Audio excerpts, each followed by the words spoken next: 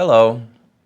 I plead with President Obama for a federal investigation into unlawful actions by cities and shelters against homeless community members who are treated worse than criminals at times. Please, President Obama, declare a state of emergency to house the increasing population of people without basic housing. Are we all blind, or we just don't want to look and see what's really happening out there? Please open empty buildings and empty parking lots for people and their vehicles all across America. People could pay rent of $200 a month, or they could work, or they could volunteer 10 hours for a 24/7 place to call home.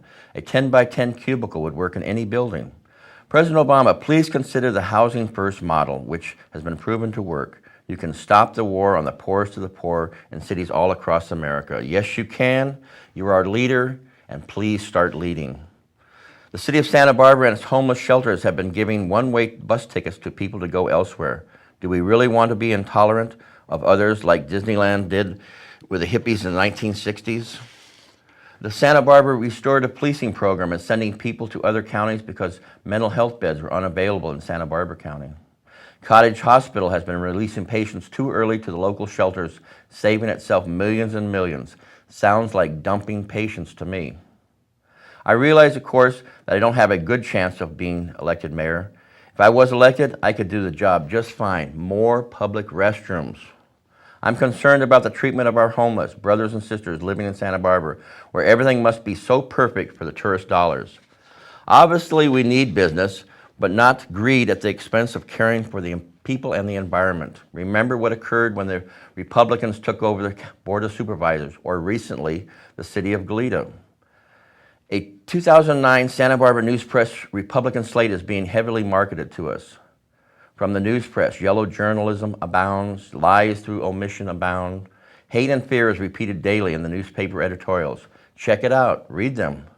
We are facing a Santa Barbara Citizen Kane situation with the news press promoting conservative candidates. Also, a Texas resident is funding a media blitz for corporate over people candidates with $50,000 each. The Santa Barbara News Press Republican slate for the city of Santa Barbara could be: one person said, "I'll do everything in my power to get like-minded people elected." Beware of closet Rush Limbaughs and Shan Hannity's, candidates who will increase the takeover of our community through allowing zoning policy changes, short-term greedy, and absolutely no interest in the people of this community.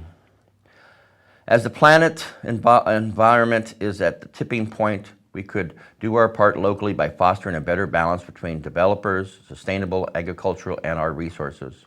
Please vote this election and consider carefully what is at stake beyond the song and dance, glitz, media gratification, and sophisticated distortions.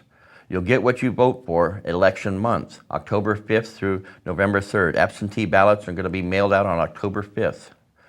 We are losing what is most important to a civil society, the one where our parents grew up, where people helped each other.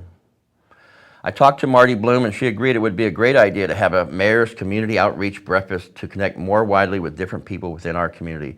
It would also be a wonderful way to remember Marty, who's always been an advocate for peace and human rights. Possibly on Saturday mornings between 7 and 9 at City Hall before the farmer's market, people could have a cup of coffee and talk to each other. And maybe, just maybe, we can get along a little bit better and understand each other better and have a better community. Thank you very much.